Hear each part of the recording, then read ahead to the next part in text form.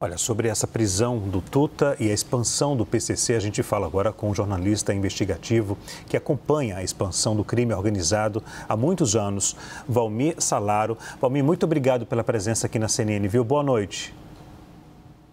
Boa noite, Leandro. Boa noite, Juliana. Boa noite, Pedro. Estou à disposição de vocês. Obrigado pelo convite. A gente que agradece. Valmir, a prisão de Tuta é uma forma de desestabilizar de alguma maneira a facção criminosa?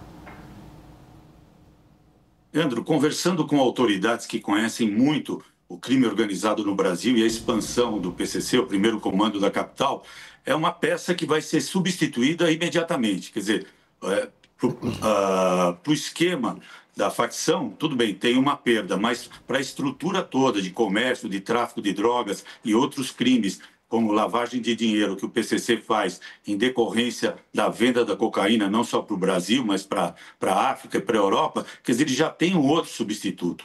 E ele foi preso, o Tuta foi preso depois de 5 anos foragido, já que ele estava condenado a 12 por lavagem de dinheiro, formação de quadrilha e organização criminosa. Ele fugiu para Santa Cruz de la Sierra, lá na Bolívia, onde é considerado um paraíso de grandes criminosos, particularmente dos comandantes do PCC. Lá estão ainda o André do Rep, o Forjado e o Português. Esses três, eles podem muito bem, da onde eles estão, tomar o lugar do Tuta e continuar os negócios do PCC sem nenhum prejuízo que se possa alterar todo esse esquema de tráfico de drogas dessa facção que é considerada hoje uma das maiores do mundo. O Pedro Venceslau tem uma pergunta também para fazer. Pedro?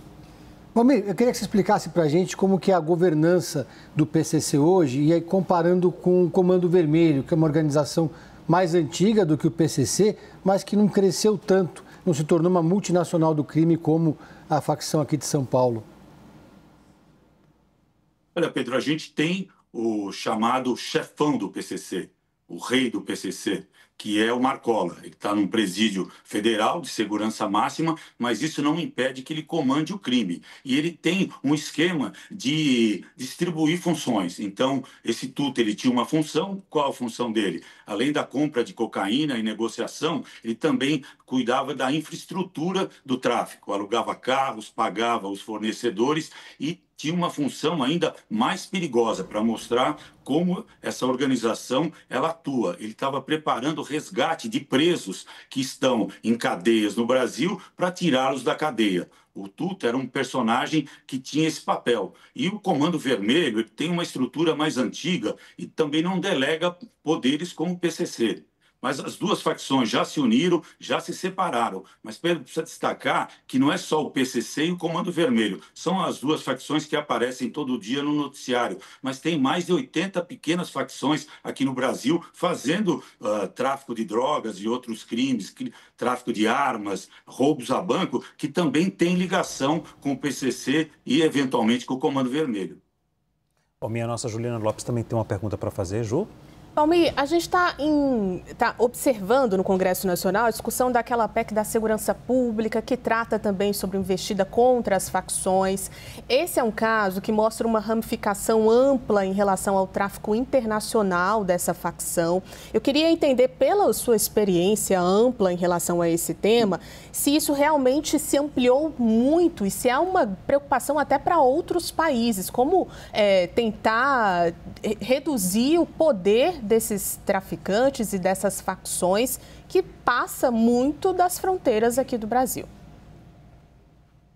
Então, Juliana, a gente tem uma fronteira seca de 14 mil quilômetros, onde é praticamente difícil fazer o policiamento. A Polícia Federal ou o próprio Exército teria que policiar esses 14 mil quilômetros. Isso é impossível.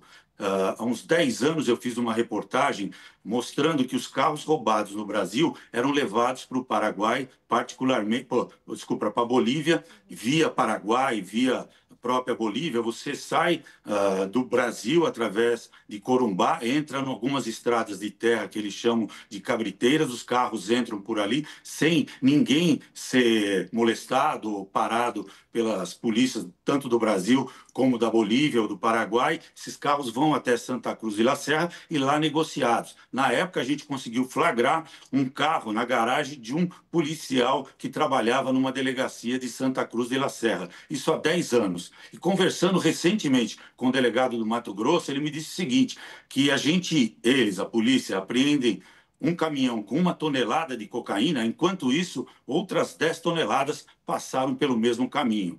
Entra a droga no Brasil por todos os lados, rio, avião, estrada, quer dizer, é impossível combater esse tipo de crime pelo poder que as facções vão adquirindo. E outra, a Bolívia é a maior produtora de folha de coca, e depois de destilada, de preparada, vira cocaína que é vendida, negociada ilegalmente no país todo. Quer dizer, a polícia brasileira tenta prender, a Polícia Federal, as polícias estaduais, mas é muito difícil enfrentar um crime que cada vez está mais estruturado, mais violento e colocando em risco a segurança não só do país, mas de todas as instituições, porque o crime, além da violência, também usa da corrupção para tentar conseguir os seus benefícios. Só um exemplo, desculpa me estender, mas aqui, em relação ao caso do Tuta, que foi condenado 12 anos de cadeia, existe uma investigação da Polícia Militar, porque havia suspeita de que policiais da rota,